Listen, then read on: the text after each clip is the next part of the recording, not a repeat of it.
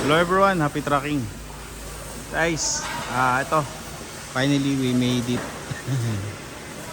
So meron dito yung 6WF1 na inline tatlo. And still under conversion sa right side pa.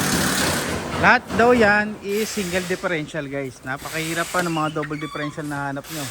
Pero unahan ko na kayo agad sa presyo.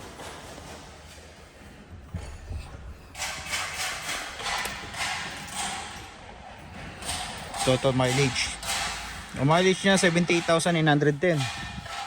So syempre, hindi natin alam kung tampered ba o totoo.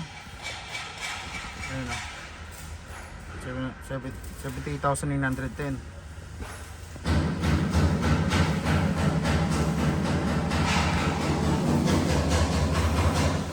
Or baka mamaya, no? Hindi eh. Trip niya yan talaga eh. 78,910. So yan yung condition. Loob manual transmission. Ayan, ikutin natin. Quality. Ito guys, kung kayo mag-alala, pwede naman tong gawing wing band. Gagawin daw nila tong wing band. Pero ayan, original molly. Single differential nga lang.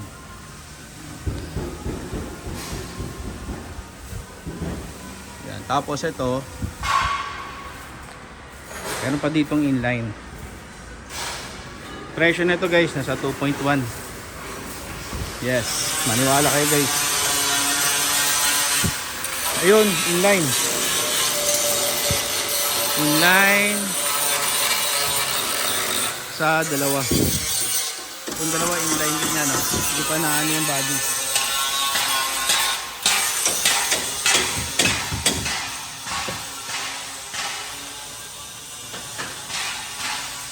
Ito naman yung isa. Inline din to guys. Airbag.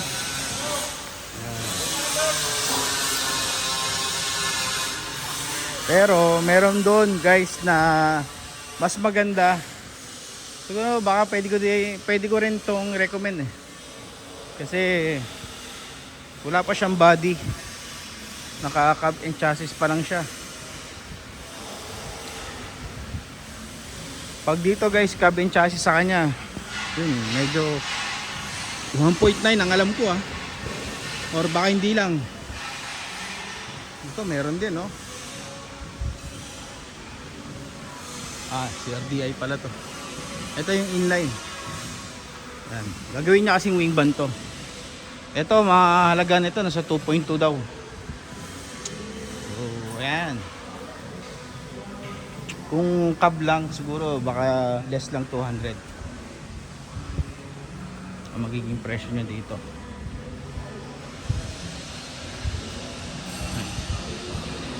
Pero okay maglalagay is pag i-out nyo na unit, sigurado guys maganda kalalabasan ng mabibili nyong unit sa kanya. Wala pang windbreaker. May mas magandang para sa akin na technique pagka bibili ka. Mas maganda siguro antay mong pagandahin niya. Tapos minsan kasi guys may ganon minsan may ganon. Mabuta mo, nilalagyan na nila ng windbreaker, halos pares lang ng presyo.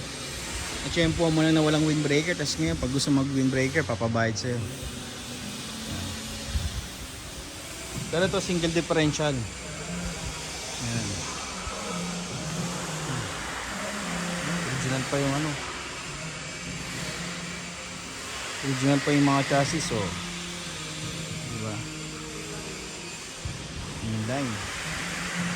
So guys, hindi yan nililinis lang yan. Nililinis lang yung mga minor issue. Pero dito yan, kita nyo sabihin yung bulok, hindi siya bulok. Maganda. Quality.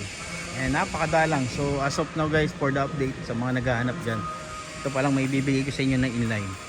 So maraming salamat. Happy Trucking Channel. Thank you. Bye bye and God bless.